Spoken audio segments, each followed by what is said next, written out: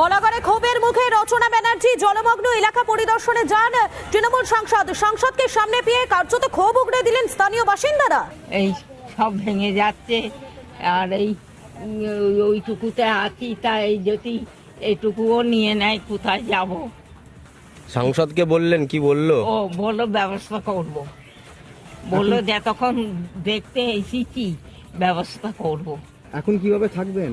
হ্যাঁ, এখন কিভাবে থাকবেন? এখন কিভাবে থাকবো সেইটাই তো কথা। এর আগেও তো সাংসদ এসেছিল লোকেশ চট্টোপাধ্যায়, কিছু হ্যাঁ। করেছিল? হ্যাঁ, এর আগেও তো সাংসদ লোকেশ চট্টোপাধ্যায় এসেছিল, হ্যাঁ। ও কিছু করেছিল? না, ওই মাটি দিয়ে করে দিয়ে গেল, বস্তা মাটি পুড়ছে আর বালি আনছে আর বস্তা, আমি বস্তা দেবে না, আর একবারও দিয়েছে, সে বোধহয় স্টেশনে পৌঁছায়নি, পড়ে গেল।